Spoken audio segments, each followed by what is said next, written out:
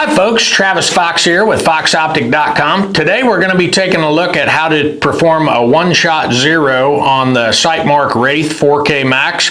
That is the new Sightmark Wraith device, the newest device that they have out with the 4K sensor in it.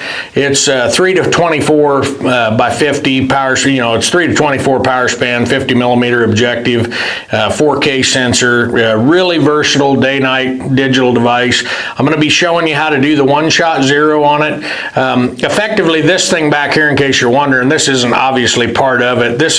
I'm using this as Tacticam Spotter LR. It's actually not for this purpose, but it's going to allow me to record the widgets and things down through the display. So for this instructional video, it's going to be better, so I can show you that. Normally, that doesn't record on the internal video. When this thing's recording, it just records what's in the background out there in the field in front of it, and then throws the reticle onto it.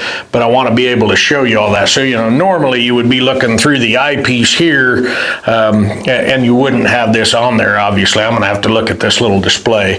This thing on the side of here is just, we've got some little battery kits that we've come out with for the different devices that are magnetic breakaways and that clip on and off there, let you take extra power to the field if you don't find the power on the device to be adequate. But I'm going to be showing those in another video. So let's get to the meat and potatoes of this one. We'll take this thing out in the field, and I'll be showing you how to do that one-shot zero. We're going to be doing it on this FX Impact 30 caliber PCP air rifle. I'll be using the FX hybrid slugs.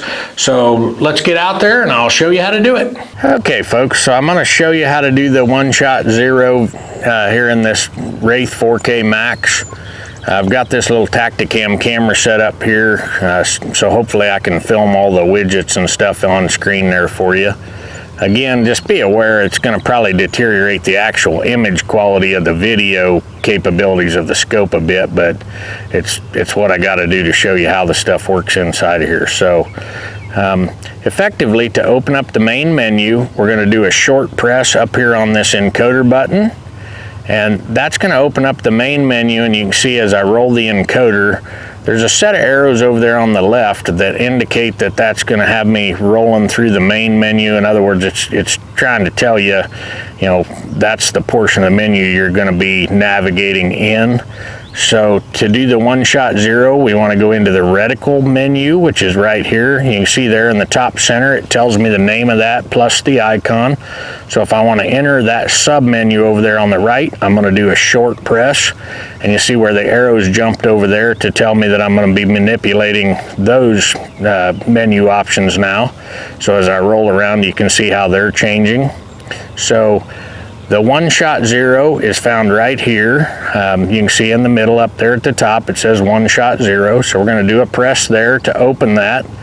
And now I just want to point a few things out real quick. Is down there on the bottom of the screen, it's going to actually tell you how this works. So basically we're at 0, 0, 0x, which is going to be our horizontal movements, and 0y, which are going to be our vertical movements. There's going to be both a plus and a negative to those depending on which direction I'm moving. So like you can see there, if I'm moving to the left in the X, I'm going negative, and if I go to the right of the center, I'm going positive. So just be aware of that when you're keeping track of your coordinates, that there are both positive and negatives to both sides. And you can see that there in the Y also. To toggle between X and Y, you just do a short press up here on the button, and that will toggle you between X and Y.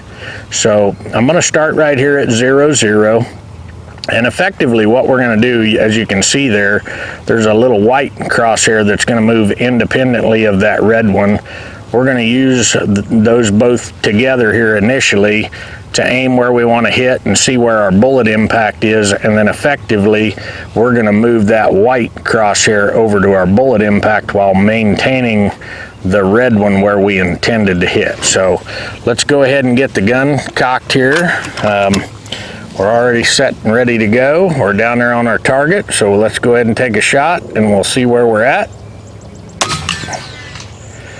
Okay, so you can see we hit way over to the right on that second target. So now what we're going to do is we're going to reach up here. We're going to try to maintain our hold positioning, and We're gonna end up about right there, it looks like. We'll be able to tell once we get over there a little closer.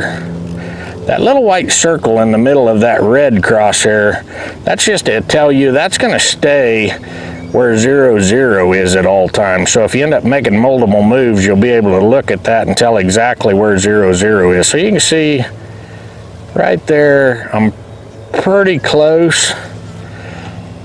I might hit that, you know, so again, I'm toggling between the X and Y axes by doing short press. As near as I can tell on this little screen, I think that's got me pretty close.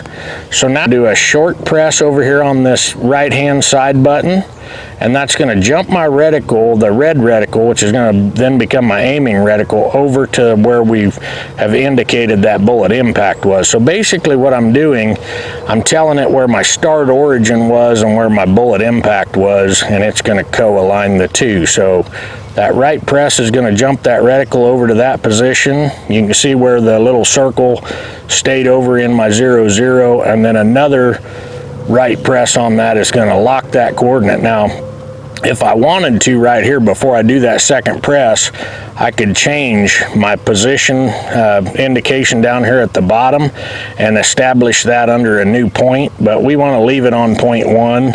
That would be if I were running different loads or if I was setting this up for different gun applications, but we'll get into more depth on that in a later video. But for right now, just be aware that you want to make sure that you're keeping that cohesive with which aiming point you're setting up. So a second press there is going to save and lock those coordinates and drop us out of that. Another press on that's going to drop us out of that sub menu, and another press is going to drop us all the way back to the main menu. So now if you can zoom, you know, if you see when I zoom up, we're approximately aimed over there at that point, which is basically aligned to the scope to where the bullet impact actually is. So we'll get this thing ready to go again here. We're going to move back over where we initially intended to hit, and we'll get one put in here.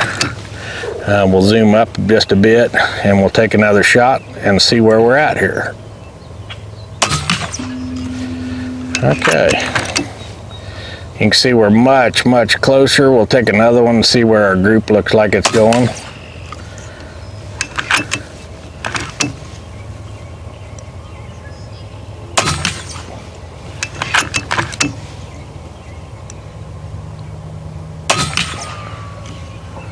So I think we're doing really well there. Again, you know, that's the way it's supposed to work. They call it one shot zero for a reason. It really does work quite well. If you have any questions on this or need any help, feel free to call me toll free 877-806-2977, or check us out on the web www.foxoptic.com. Thanks for watching and have a great day.